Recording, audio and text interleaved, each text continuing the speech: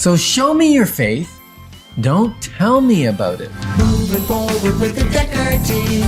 Moving forward together with the Decker team. So we're excited that we have created for you free access to over 503 Life's Inside Track, where we share techniques, thoughts, tools like an insider tips and real estate insight. And we actually have conversations about faith, fun, and even flourishing inside relationship. And the great news is you can get access to it from home, the office, or on the go. Where would they get access to it? Well, it could be our YouTube channel or our website. So YouTube, you can go to the Decker Team channel for everything to do with real estate and investing. And for everything, you can go to Double Decker Life YouTube channel. So Suzanne, sounds like in reality, faith is a proactive practice, not theory or theology. It is. So think about, we all have a concept of faith. So that's why we say I have faith. And for many of us, our faith is grounded in our religious or spiritual practices. However, that's the understanding of it. That is the theory of it. That is the knowledge of it. Active faith is taking that knowledge and doing something with it. Right? And so how often do we get stopped or stuck in the rituals of faith and not taking the step further and saying, well, I desire this. So what am I going to do in order to achieve it? Right. So it's kind of like I need to have belief, which is faith, belief in Christ, belief in that he's already figured it out for me, belief that he's gone ahead of me. But then if I just sit there and do nada, it may not show up in my life. I got a great example of faith. Okay. And I'm going to be stuck on cars today because I just like cars. When I was 15, I had a bunch of money. I'd worked since I was 13, and I wanted a car. Okay. I couldn't drive a car. I wasn't old enough to have a license. But in faith, I bought a car. Wow. And I sat in it in the driveway listening to the radio, waiting to turn 16 so I could go get my test. So to me, that was total faith that I would be able to pass the test and be able to drive the car that I just spent this is funny, my life savings on because I was 15 years old, right? So it was my life savings. And that's a beautiful example, because how often will people say, well, I can't do this because I don't have this or I don't know this. And reality is faith is saying, well, I'm going to go get this because I know I'm going to figure this out. It's the belief of what is not known or seen. But can it also seem like foolishness sometimes to people who don't have faith? And you say in faith, I'm going to, I don't know, let's say I'm going to buy furniture, but I don't own a house yet. Absolutely. So let's look. I love the story of the Wright brothers. So just think about it for a moment. They live in this place and they've decided that man can fly. Can you think of all their neighbors who are thinking, what is wrong with these two brothers? They're building this monstrosity thing that defies gravity. It's going to drop. Well, it's going to drop. It's going to drop. And they times. think they're going to make it fly.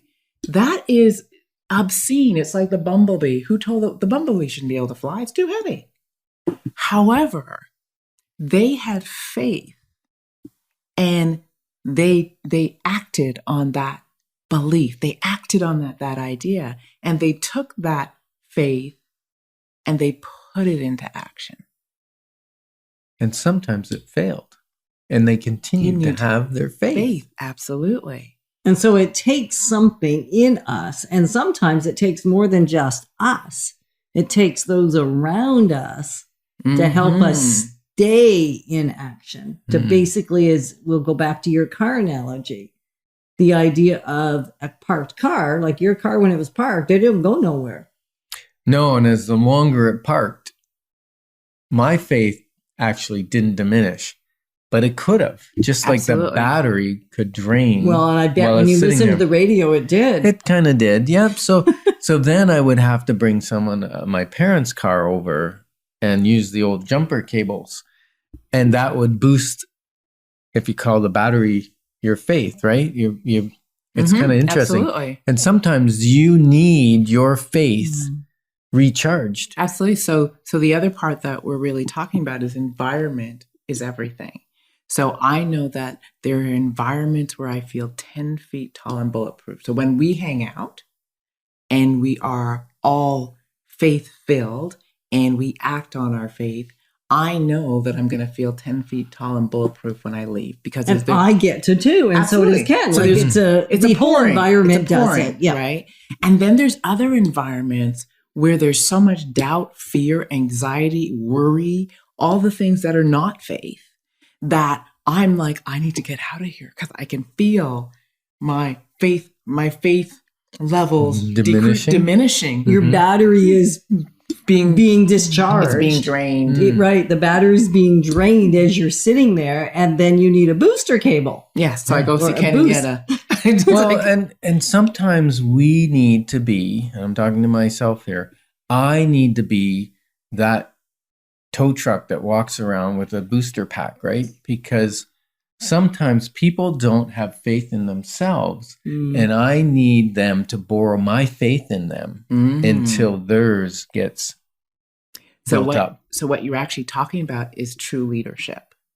So a leader is someone who takes inspired action and models possibility, and they boost people with their belief, because the reason you can boost is because you're an example of what's possible for people.